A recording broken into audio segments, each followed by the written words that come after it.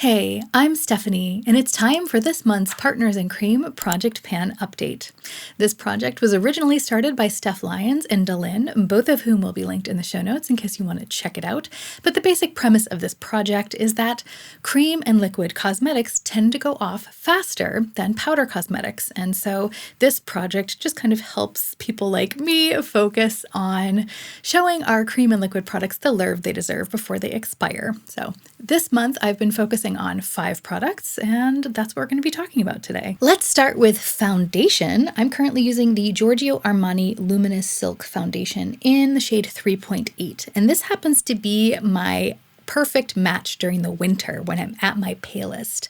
So this is the perfect time of year for me to be using this. So I want to make sure I get as much use out of this as I can before I start to kind of bronze up a bit. I got 10 uses out of it in the past month, which for me is pretty decent. Although I wear makeup most days, I don't always wear foundation because I'm kind of like a natural skin girl. So the 10 uses I think was decent for me. And I also think the dent I made in the bottle was pretty decent. And I'm glad to be getting use out of it because it is not a cheap product. Next up is my Hourglass Illume Sheer Color Trio in the colorway Sunset. And I think this is actually the only colorway this product comes in. Correct me if I'm wrong, but Hourglass isn't exactly known for offering a lot of extra color options. And that's kind of unfortunate because this formula is superb, but the colors, for my taste, they're a little too happy.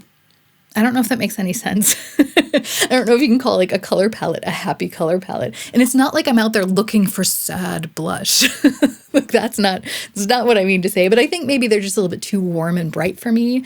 The bronzer is quite warm. The blush is quite pink. The highlighter is actually nice, kind of like a neutral gold champagne, which I do like, but I think maybe my problem is that in the winter, I tend to be more cool and muted. Like those are the colors I gravitate to. And this warmth is something that I reserve more for the spring and summer. And so I'm hoping that as the spring progresses, I will be more in the mood to wear this. Because to be honest, as far as the formula goes, it's a beautiful formula. It's very pigmented, so I have to be careful that I don't over apply it, but it is really a beautiful formula. So I used this 15 times in the past month, and I'm hoping that I'll be able to beat that once the warmer weather comes. And I continued to enjoy using my Mercier Caviar stick in the shade Amethyst. I used this 15 times in the past month, and my favorite way to use this is as an under eye liner. And when I use it under the eye, it gives me soft definition without making my eyes look heavy or sunken. And I really like that because I have a heavier brow bone and I have hollows under my eyes. So I feel like my eyes can often look sunken if I use something too dark underneath my eyes. And this is perfect because it stays put. The color is deep enough to give me definition while still being soft enough to not look too much. And I don't know, it just stays put. It's good. It does what I want it to. And so I'll continue to enjoy using this. My lip gloss for the past month is the Dior Lip Maximizer Hyaluronic Lip Plumper, which is surprisingly difficult for me to pronounce. For some reason, my lips just always want to say Hyaluronic Limp Plumper, which I guess isn't entirely wrong, since if you're trying to plump your lips, it's because they're limp. But I used this 17 times in the past month, and that steady usage has taught me a couple of things. And that is that I have been in denial. This looks beautiful. It makes my lips look juicy. It makes them look plump. It's gorgeous, especially when paired with the lipstick I was using it with this past month, which is Tom Ford's lip color in Devore, which we'll get to later. But what I have come to realize is that I am just not the type of person who likes the minty, cooling, plumper formula. I just don't particularly enjoy the sensation. This is one of the milder ones that I've tried. I've just come to realize it's just not my favorite. And maybe that's because this is winter time still. I know it's technically spring, but it's cold here. So maybe I'm just not in the mood for this because I'm kind of searching for like things like hot tea. And so I've been going for spicier perfumes and stuff to try to warm myself up. And the minty coolness of this just hasn't been what I've been looking for. So as gorgeous as it is, I've decided I want to roll it out for now. Maybe I'll bring it back in the summer and see if I can befriend myself more with the formula then. I'm going to roll this one out, and in its place, I'm going to be rolling in this Lisa Eldridge lip gloss in the shade Songbird.